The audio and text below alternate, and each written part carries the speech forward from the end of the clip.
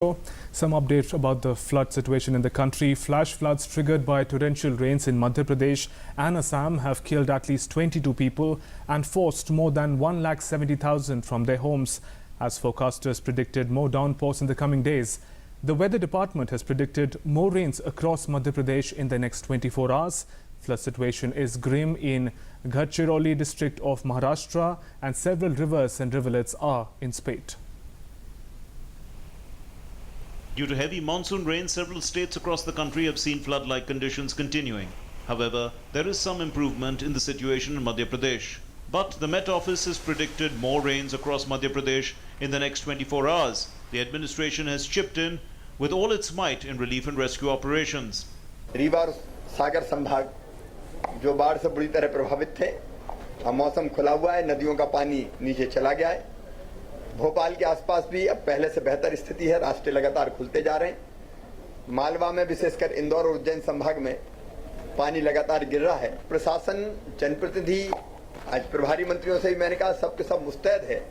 बारिश होगी तो थोड़ी दिक्कतें होगी, लेकिन उससे निपटने के लिए प्रशासन पूरी तरह से मुस्तैद है और स्थिति अभी नियंत्रण में है। Bundelkhand, which days ago was craving for water, has seen most areas underwater.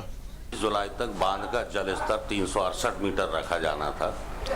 अब वर्तमान में 368-50 हो गया, इसलिए गेटों को खोलने की आवश्यकता है और निरंतर अप स्ट्रीम से जल आ रहा है, जल की अधिक मात्रा आ रही है। Moving to the northeast, there is some respite from Assam, and life is slowly limping back to normal in flood-affected areas of the state. While the flood situation is grim in Gadchiroli district of Maharashtra, and several rivers and rivulets are in spate. Several parts of the capital, Delhi, and neighbouring Uttar Pradesh have seen light to heavy rain. DD News. And Aditya Srivastav joins us from Bhopal. Aditya, good morning. If you can give us an update about the flood situation in Bhopal. We just heard the Chief Minister who said the situation has improved a little from before. But if you can give us the ground report about the situation in Bhopal and the adjoining areas and the situation of the relief camps in particular. Good morning Shubhendu. बिल्कुल CM जिस तरह से बता रहे थे कि situations थोड़ी control में है, लेकिन हाँ वाकई भोपाल में तो हालांकि सिचुएशंस कंट्रोल में है। मालवा रीजन में लगातार बारिश हो रही है, जो सीएम बता रहे थे वो सही है। उसके अलावा अब अगर अपडेट की बात की जाए, चूँकि रात भर की अगर बात करें, और जबलपुर का जो इलाका है वो कहीं ना कहीं सबसे ज़्यादा प्रभावित है। गुना में हैवी अलर्ट जो है वो मौसम विभाग ने दिया हुआ है। जबलपुर में कल भी काफ़ी जलभराव के हालात पैदा हो गए थे कई कॉलोनीज़ में।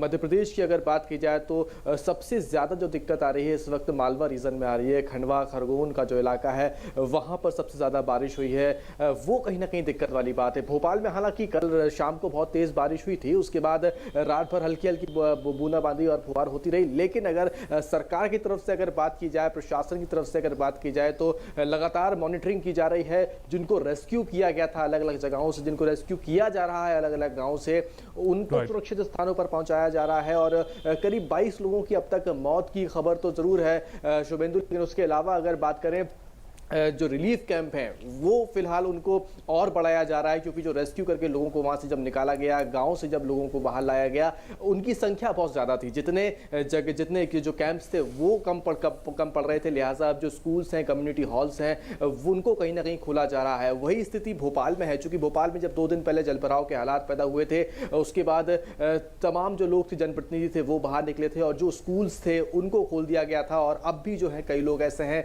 जो वहाँ पर रह रहे हैं। ग्वालियर चंबल में हालांकि बारिश नहीं हो रही है, लेकिन मौसम विभाग अब ये कह रहा है कि ग्वालियर चंबल का जो इलाका है वहां आने वाले 2 से 3 दिनों में बारिश पहुंच जाएगी, यानी कि अब वहां के लोगों को भी मानसून का जो इंतजार था वो खत्म हो सकता है। दरअसल शुभेंदु सिस्टम जो बना हुआ था वो नॉर्थ ईस्ट में बना हुआ था और साउथ वेस्ट में बारिश हो रही है, ये एक कारण है। और सेंट्रल एमपी जो है वहां पर जो है कम अवदाव का क्षेत्र बना हुआ है, जिस वजह से इस तरह के हालात पैदा हो रहे हैं। हालांकि मौसम विभाग अब ये कह रहा है कि आने वाले जो 2 दिन है उसमें कहीं ना कहीं थोड़ी कमी जरूर आएगी, थोड़ा सिस्टम जो है वो लो होगा, लिहाजा बारिश अब दिन में कम होगी, लेकिन मॉइस्चर जब रहेगा दिन में तो उसकी वजह से शाम को बारिश होगी। तो यानी कि कह सकते हैं कि जो अगले 2 दिन है वो थोड़ी राहत भरी खबर जरूर मध्य प्रदेश के लोगों के लिए लेकर आ रहे हैं, जो मौसम विभाग अनुमान लगा रहा है। उसके अलावा स्कूलों की अगर बात करें, बिल्कुल नैन्सी, स्कूलों की अगर बात करें तो आज भी भोपाल में कई स्कूलों की छुट्टी घोषित कर दी गई है। कुछ यही हालात कई और जिलों के भी हैं जहां पर स्कूल्स नहीं लग रहे हैं, यानी कि पिछले 2 से 3 दिनों से जो है स्कूलों की पढ़ाई जरूर बच्चों बच्चों की प्रभावित हुई है, एग्जाम्स चल रहे थे, उन एग्जाम्स को डिले किया गया है। All right.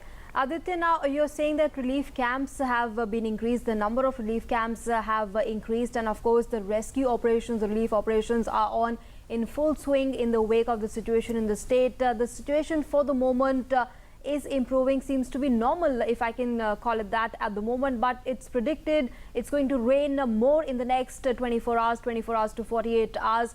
In the wake of that, what really are the measures and preparations and precautions being taken there by the administration?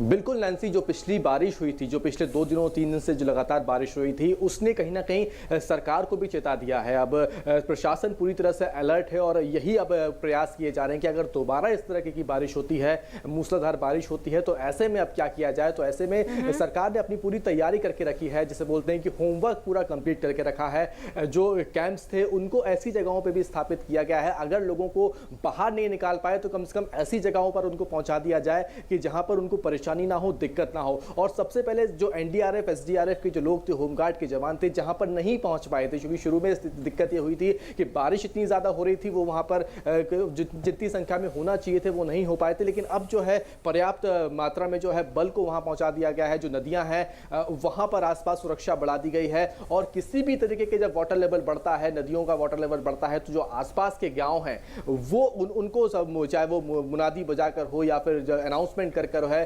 लोगों को बताया जा रहा है, चेताया जा रहा है। लेकिन अब कोशिश ये की जा रही है कि जिस तरह से जो तवा डैम थे उसके गेट खोल दिए गए थे, उसके अलावा जो और भी नदियां हैं, नर्मदा नदी जो है वो उफान पर चल रही थी, उसका वाटर लेवल जिस तरह से आगे बढ़ रहा था उसको कंट्रोल किया जाए, ये कहीं ना कहीं दिक्कत जो उस समय आ रही थी, अब उसको कंट्रोल करने की कोशिश की जा रही है। यानी साफ तौर पर अब नैन्सी, ओवरऑल अगर देखा जाए तो सीधे सीएम मॉनिटरिंग कर रहे हैं और कोई दिक्कत कहीं ना आए। आगे अगर इस तरह की बारिश होती है तो उसको कैसे कंट्रोल किया जाए, इस पर अब जो है पूरी तैयारी लगभग मध्य प्रदेश में हो चुकी है। All right, Aditya Srivastava, thanks very much for joining us for the moment and sharing all those details with us. So preparations are there preparations are in place. All the measures have been taken there by the administration, and the Chief Minister himself is monitoring the situation. Alerts are also being sounded out in the wake of the prediction that's being made in some parts of the state for the next 24 hours to 48 hours. We'll keep